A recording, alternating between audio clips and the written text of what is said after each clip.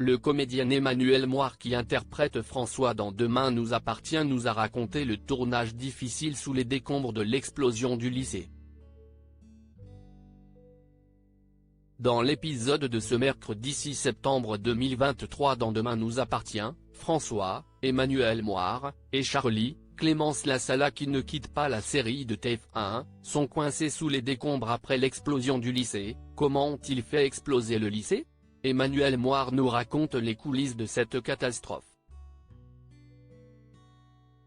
Un tournage exceptionnel que le comédien Emmanuel Moir nous a raconté avec Charlie Nune, l'interprète de Soisic, dans le télécanap à découvrir ci-dessous.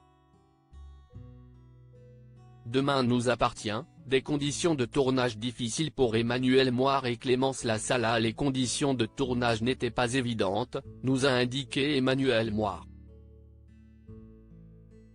Le décor de la salle de classe du lycée habituel était complètement explosé avec beaucoup de gravats, de poussière et de pierres. Avant chaque séquence pour qu'on ait cet effet granuleux, ils envoyaient de la vraie fumée et de la poussière avec des ventilateurs. Ces séquences ont duré toute une journée. J'avoue que c'était difficile toute cette poussière à la fin. Demain nous appartient, Emmanuel Moir était allongé sous les gravats, ce n'était pas confortable. J'étais allongé sur quelque chose qui épousait la forme de mon corps. J'ai passé la journée sous les décombres sans pouvoir trop bouger, dans la poussière, avec des cailloux sur moi, poursuit Emmanuel Moir. Ce n'était pas lourd comme des vraies pierres mais c'était un peu conséquent quand même. Je m'en suis servi, je me suis aidé de ça pour jouer la douleur, la peur, l'angoisse.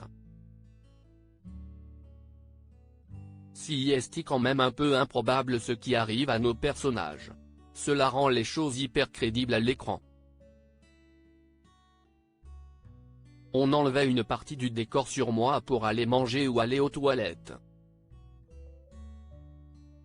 On a dû le faire 4 ou 5 fois. Demain nous appartient, Emmanuel Moir avait 1h30 de préparation avant le tournage. Emmanuel Moir avait aussi un temps de maquillage plus important, d'habitude, je viens une demi-heure avant, là, c'était 1h30 avant. François avait des blessures superficielles sur le visage mais aussi un gros trou sur le ventre. Ils m'ont mis une prothèse sur le corps. Il y a des tuyaux en dessous de ma chemise et du décor qui envoyaient du sang pour qu'on voit que la blessure était vivante et le sang coule. Mon temps de préparation était assez long en fait.